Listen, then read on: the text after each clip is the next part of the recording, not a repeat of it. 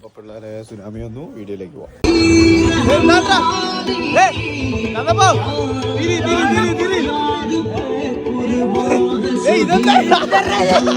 പൊറോട്ടയും ചിക്കൻ ഫ്രൈയും വന്നു. പക്ഷെ നമ്മളെ മെയിൻ ഐറ്റം ഞണ്ട് ഇതുവരെ വന്നിട്ടില്ല. അതെടുക്കാൻ ആൾ പോയിട്ടേ ഉള്ളൂ. ആ പോയ ഗ്യാപ്പിൽ 2 പാട്ട് വെച്ചിട്ട് സ്റ്റെപ്പ് വെച്ചോണ്ടിരിക്കുക. ഏതാ സ്റ്റെപ്പ് മക്കളെ, അഴുകി ഒഴുകിയും കളിക്കുകയും പാട്ടിനോട് അലിഞ്ഞ് ചേർന്നങ്ങ് പോവാ. ഞണ്ട് വരാൻ ലേറ്റാവുന്നതിനനുസരിച്ച് ഇവിടെ പാട്ടിന്റെ ട്രാക്ക് മാറുന്നു, സ്റ്റെപ്പിന്റെ സ്പീഡ് മാറുന്നു, പവർ വരുന്നു. ഇവരെല്ലാരും ഡാൻസ് കളിക്കുമ്പോൾ നമുക്ക് മാറിയിരിക്കാൻ പറ്റില്ലല്ലോ, നമ്മളും കളിച്ചു. ഞണ്ട് കറിയും അവിച്ചതും എത്തിയിട്ടുണ്ട്. അപ്പോ നമുക്ക് പോയി തിന്നാം.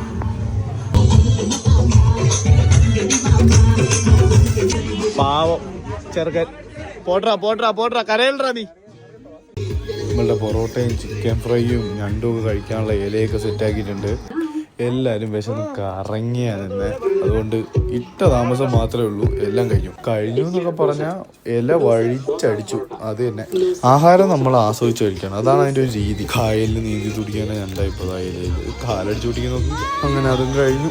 2 തൂക്കുപത്രത്തിലായിട്ട് കൊണ്ടുവന്ന ഞണ്ട് കറിയും ഞണ്ട് അവിച്ചതൊക്കെ പോയ പോക്ക് കണ്ടോ. ഞണ്ട് കറിയൊക്കെ പോയ വഴി അറിയാമയ്യ. ഞണ്ട് കറി അയ്യോ ഒരു ഇതിലുണ്ടായിരുന്നതോ. ഇനി മെയിൻ ആക്ടിവിറ്റി